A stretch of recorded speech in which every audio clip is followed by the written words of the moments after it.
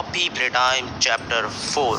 आज की इस वीडियो में हम बात करने वाले हैं चैप्टर 4 के बारे में। इस चैप्टर में हमारे सामने आते हैं कुछ नए कैरेक्टर्स जैसे कि डोई द डोगमैन और यारनबी एंड द डॉक्टर, जबकि प्रोटोटाइप का असली प्लान भी धीरे धीरे हमारे सामने आता है। इस चैप्टर के अंदर हमें दिखती है दोस्ती, धोखा, कुर्बानी और सर्वाइवल से भरी ये कहानी हमें प्लेटाइम को के सबसे अंधेरे सच तक लेके जाती है। तो आज की इस वीडियो में हम Poppy Playtime chapter 4 Safe Haven की कंप्लीट स्टोरी डिटेल में जानने वाले हैं, इसलिए वीडियो को एंड तक जरूर देखना, वरना ये कहानी तुम्हें बिल्कुल समझ में नहीं आएगी। और आगे बढ़ने से पहले thank you so much guys for 100K subscribers. और अब फाइनली बढ़ते हैं अपनी वीडियो की तरफ।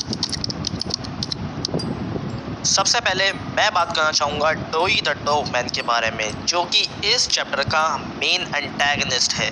और आखिर डोई द डोगमैन को क्यों बनाया और इसको बनाने के लिए कितने बच्चों का इस्तेमाल हुआ, ये सब भी हम इसके अंदर जानने वाले हैं। 1993 प्रोजेक्ट डोई को बिगर बॉडी इनिशिएटिव के अंडर बनाया गया और इस एक्सपेरिमेंट का नंबर था 1322। और इस एक्सपेरिमेंट को बनाने का मकसद था कि उन्हें मिल सके एक ऐसा क्रिएचर जो कि एक वक्त में काफ़ी सारे काम कर सके। लाइक डोई की एबिलिटी तुमने देखी है कि वो एक वक्त में काफ़ी सारी चीज़ें एक साथ कर सकता है, उसके चार हाथ निकल आते हैं।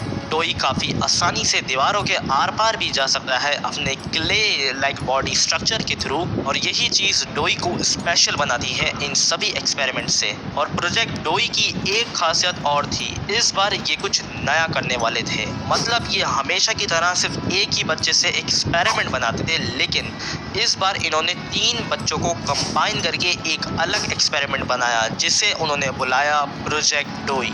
और जो ऑर्फन बच्चे इन्होंने यूज़ करे इस एक्सपेरिमेंट में वो ये थे मैथ्यू हैलर्ड, जो कि काफ़ी ज़्यादा समझदार बच्चा था और वो इस ग्रुप को लीड भी करता था। और दूसरा बच्चा जिसका नाम था केविन बर्नेस, जो कि काफ़ी ज़्यादा गुस्सा रहने वाला बच्चा था और वो हर चीज़ के अंदर जज्बाती हो जाता था।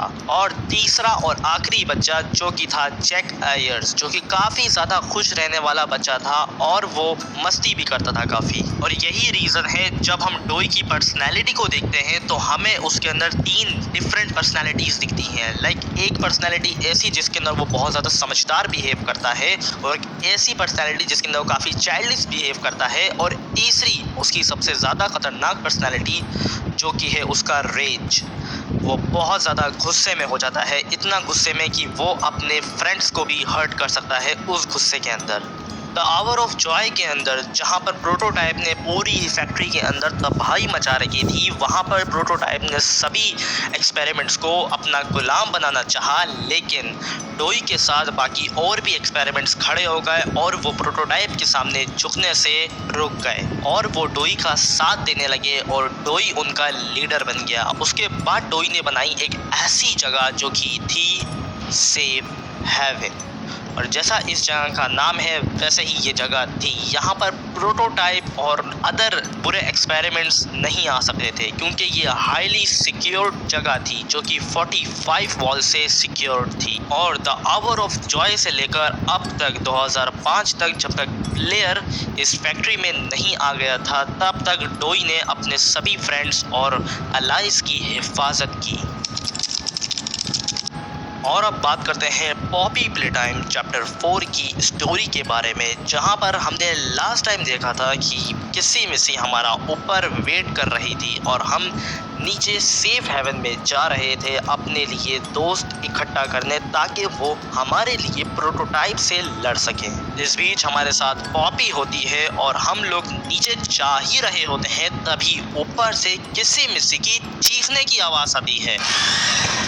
और ये आवाज़ सुन के प्लेयर और पॉपी दोनों डर जाते हैं, लेकिन पॉपी डिसाइड करती है कि प्लेयर को वो नीचे छोड़कर किसी मिसी को ऊपर देखने वापस जाएगी। और यहीं से प्लेयर का आगे का सफ़र शुरू होता है, जहां पर उसे जाना था प्रिजन तक। एक ऐसा प्रिजन जहां पर कभी किसी ज़माने में इंसानों के बच्चों को और टॉयज को रखा जाता था एज अ पनिशमेंट। आगे जाके उसे एक स्टेशन मिलता है जहां एक ट्रेन खड़ी होती है, वो ट्रेन को एक्टिवेट करता है और उस ट्रेन में बैठ जाता है। जब वो उस ट्रेन से आगे जा रहा होता है तभी एक मॉनिटर स्क्रीन पर डॉक्टर आता है, और जी हाँ, ये वही डॉक्टर है जिसका नाम है डॉक्टर हार्ले सॉयर, जिसने इसी कंपनी के अंदर BBI यानी बिगर बॉडी इनिशिएटिव की शुरुआत की थी। और डॉक्टर से बात करके हमें ये पता चलता है कि लेथ पेयर ने डॉक्टर को धोखा दिया और उसको उसी के एक्सपेरिमेंट्स में फंसाकर एक मॉनिटरिंग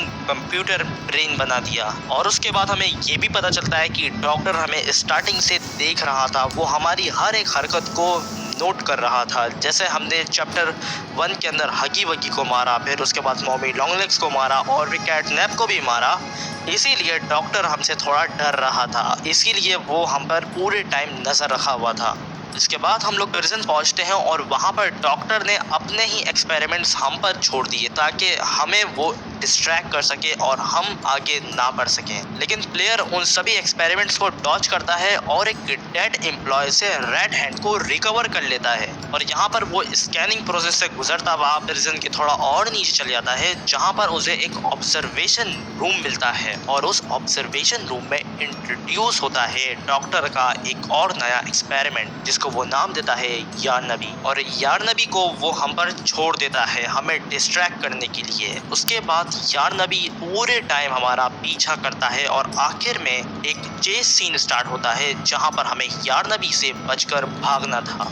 और इस चेस सीन के बीच बीच में हमें डोई हेल्प कर रहा था, जो कि अभी प्लेयर को नहीं पता था कि ये कौन है। और उसके बाद हम जैसे तैसे डोई की मदद से यारनबी को आउटरन कर देते हैं और इसके बाद हम गिर जाते हैं पियानोसोरस के सेल में। अब पियानोसोरस भी एक एक्सपेरिमेंट होता है इसी कंपनी का, लेकिन यहाँ पर वो हमें मारने के लिए दौड़ता है, तभी पीछे से डोई हमें बचा लेता है और वो पियानोसोरस को बहुत ही अच्छे से मारता है। पियानोसोरस की तबीयत से दुहाई लगाने के बाद डोई बाहर आता है और वो हमसे मिलता है और वो हमें दावत देता है कि हम उसके सेफ हेवन में चलें। और जब हम ये बात मान जाते हैं तो हम उसके पीछे जाते हैं। डोई हमें रास्ता दिखाता है और रास्ता दिखाते दिखाते वो हमसे थोड़ा आगे निकल जाता है। तभी हम एक कॉरिडोर से गुजर रहे होते हैं और अचानक से हमें एक हाथ आता है और वो अंदर खींच लेता है, और ये और कोई नहीं बल्कि ये किसी मिसी और पॉपी होते हैं। और यहाँ हमें पता चलता है कि प्रोटोटाइप हमारा पीछा कर रहा था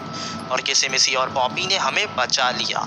और यहाँ पर तुम देख सकते हो कि हमारी किसी मिसी अब डैमेज है बहुत ही बुरी तरीके से। उसके बाद इन तीनों का ग्रुप जाता है सेफ हेवन में, जहाँ पर उनकी मुलाकात होती है डोई से और साथ ही में वहाँ पर अच्छे एक्सपेरिमेंट से भी, जो कि वहाँ रहते थे डोई के साथ। और तुम लोग यहाँ पर देख सकते हो वो कौन कौन एक्सपेरिमेंट से। और इसके बाद हमारी जो किसी मिसी है वो आराम करने को लेट जाती है और वहीं दूसरी तरफ पॉपी हमें एक्सप्लेन कर रही होती है अपना मास्टर प्लान प्रोटोटाइप को हराने का।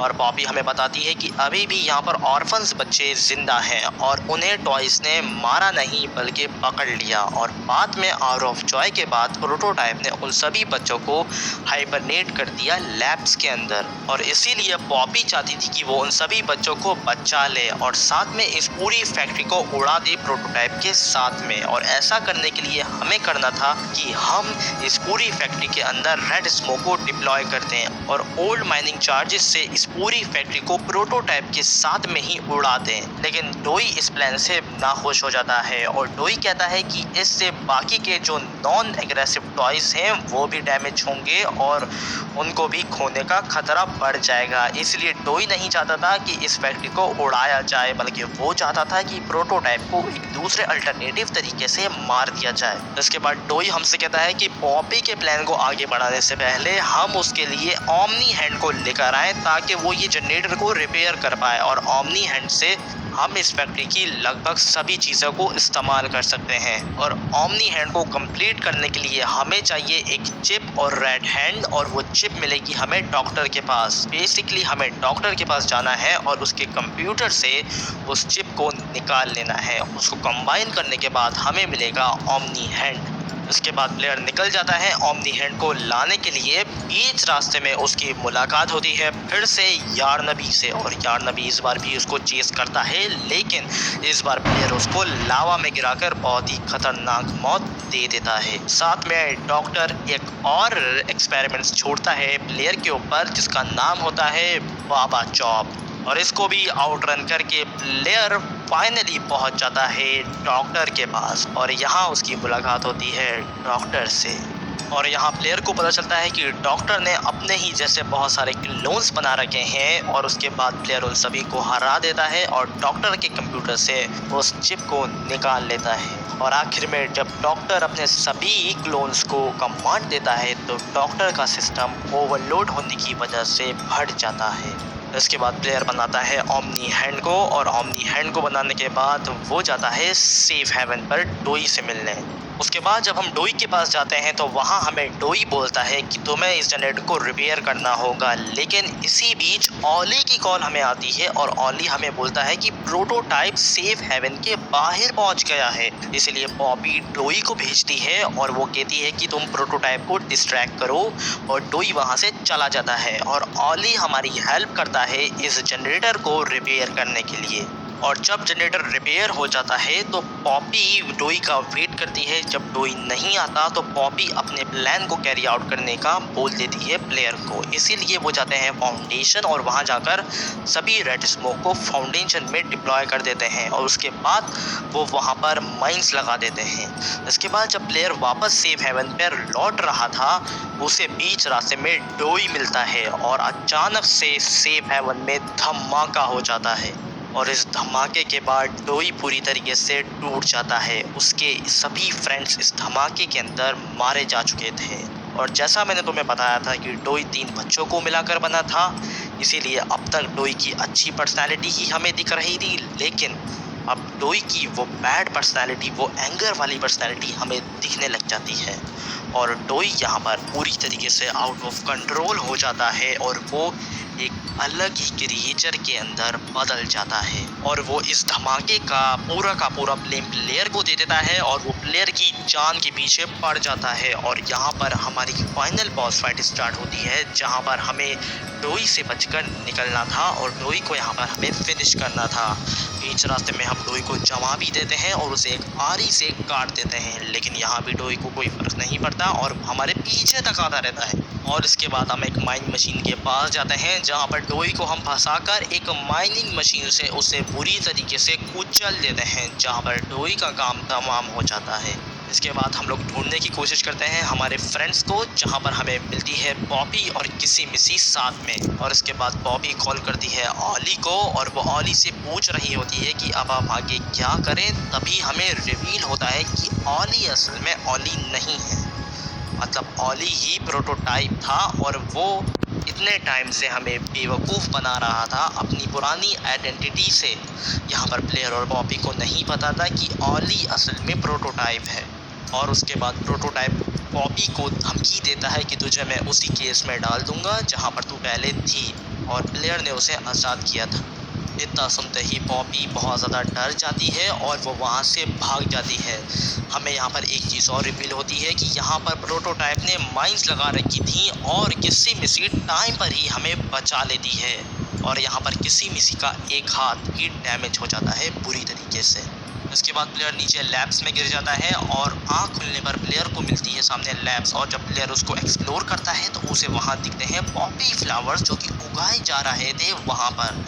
और हम सबको पता है कि पॉपी फ्लावर से ही इन सभी चीज़ों की शुरुआत हुई थी। और जब हम आगे जाते हैं तो हमें वहाँ पर एक कैसेट मिलती है जिसे हम प्ले करते हैं, तो हमें वहाँ पर लेथ पेयर मिलता है जो कि बोल रहा होता है कि लैब्स में आने वाला हर ट्रेसपासर को मार दिया जाएगा, चाहे वो कोई भी हो। और इसी के साथ यहाँ पर अलार्म बजने लग जाता है, और साथ में रिवील होता है कि अलार्म को सुन के कोई तो आया है।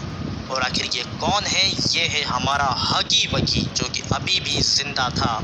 और हगी वगी को देखकर सच में बहुत ज़्यादा डर लगा। और यहीं ख़त्म होता है चैप्टर 4 सेफ हेवन।